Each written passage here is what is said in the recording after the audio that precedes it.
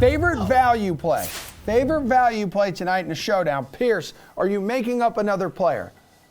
No. Well, if you consider former Jacksonville players made-up players, Dede Westbrook. Yeah! We've seen him. He's been flashy and splashy at times in the past, and he's going to step in here. I know people might expect KJ Osborne to get a bigger role, but he's played 46% of the snaps in the slot. I would imagine they're not going to suddenly just change his role from slot receiver to immediately swapping over to the outside. He'll pick up some of Thielen's work and two receiver sets on the outside.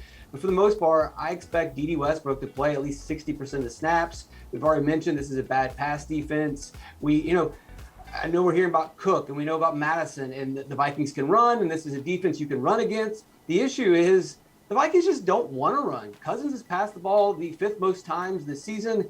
Although they can run, they like to pass. And Jefferson's going to get high volume. Where else is it going to go? Maybe Conklin. Westbrook, we've seen him hit these big plays. He's going to be in a spot. I like it. Oh, you are brilliant. I love you for that. Go ahead, Geoff.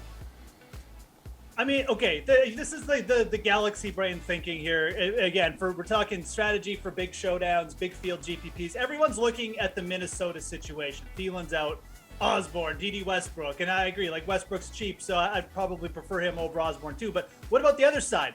Chase Claypool only played 63% of the snaps last week. Guess who also played over 60% of the snaps? Ray McLeod the Third played over 60% of the snaps. He's getting a bunch of work, and his targeting has been a little bit spotty, but it's also been pretty high volume in spots. And I just finished talking about how bad this Minnesota Vikings secondary is.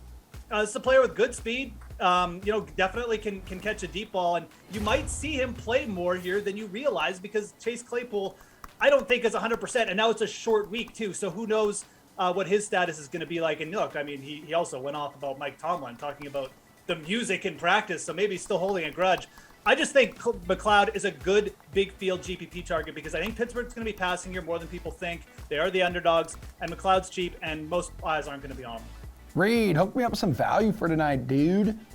Yeah, what about the guy last week who called the Dallas defense and they scored 17 points for my value play? Not like Simi Fehoko, who had 0 targets, 0 catches, and zeros across the board. But did you see that pronunciation? That was. Well, I mean, he's a master. I would hope so. I grew up in in Polynesia.